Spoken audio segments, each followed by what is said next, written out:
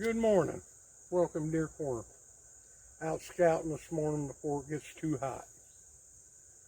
But things are changing quick here. Come across my first rub. Now, this isn't a average hit and miss rub or rub line. This can be a dominant rub, dominant buck, or it can be a challenger, challenging the dominant buck. But it's a decent rub, and there are different types of rubs. So let me just bring you on down. I'm just going to show it to you and show you the difference on either or. It's a dominant buck here, or it's a challenger, and you can pretty well tell the difference. So let me go ahead and spin the camera around and show you what we got. Okay. Now, one thing I want to let you know, the size of the tree don't really matter how big the buck is. I've seen small bucks rub big trees. I've seen big bucks rub small trees. So when you get this is a cedar, about 1.5 inch cedar. And in this area, they like rubbing on cedars a lot. But what makes this one different, you see where he's been rubbing up and down on here? And this wasn't here a few days ago. This is very recently. But it's this up here where these limbs are broken.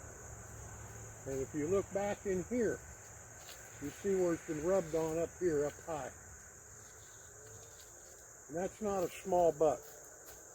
A small buck won't be able to hit that tree up this high. His antlers won't be as wide enough for his snoot or his ears or his forehead to hit that.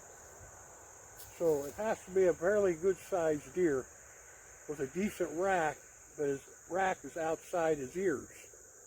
Big enough that he can just turn his head. Just turn his head and get his antlers up here. So it's a pretty decent sized rack.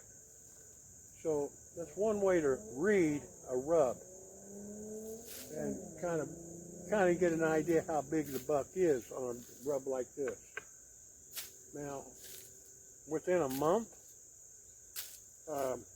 and a half, he'll have all these branches rubbed off. He'll knock them all off. He's been working it. He just started.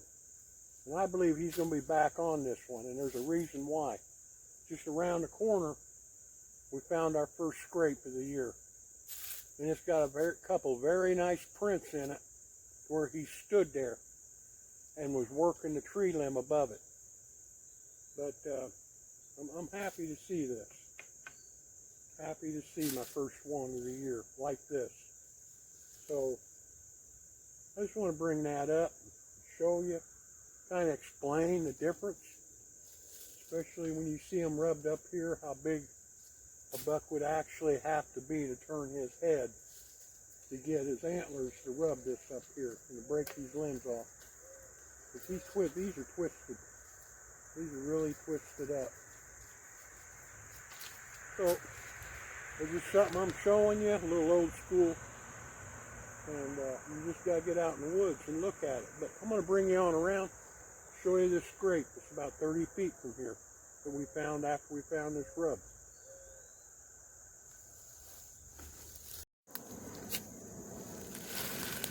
All right, right at the bottom of this pin oak.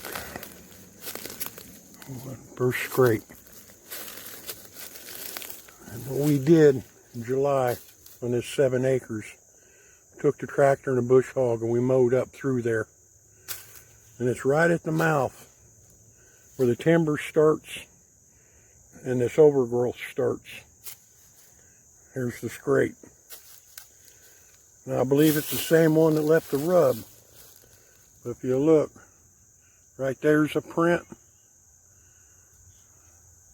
And right there's a print where he stood and work these branches. I really believe, if you look at them branches, they're all busted up, twisted up. So I believe he'll be back to this spot. because he put a lot of time into that rub. And he's putting time into this scrape. So either it's a challenger or it is the dominant buck here in this area right here that we've developed. Alright, I just wanted to bring you along, show you a little bit. Maybe a little education on rubs. But yeah, that is a challenger, or that is the dominant buck. It could be one challenging for dominancy. But the scrape, he's got some nice tracks in it where he was standing there working the branch on top. So put a camera up. We're going to find out what's coming in and out of here, whether it is a challenger or the dominant buck. But we do know we have a couple bucks in here. September the 30th or 31st, we did have one that was coming out of velvet. Got him on the mineral lick, and it could be him. But thanks for coming along. Leave me a comment, give me a thumbs up, go ahead and subscribe. I'll get back with you, and I'll just bring you on a little more, see how things are working here. And you remember, if you're in the woods, be safe. You'd rather be safe than sorry. Things can happen. And we'll see you again.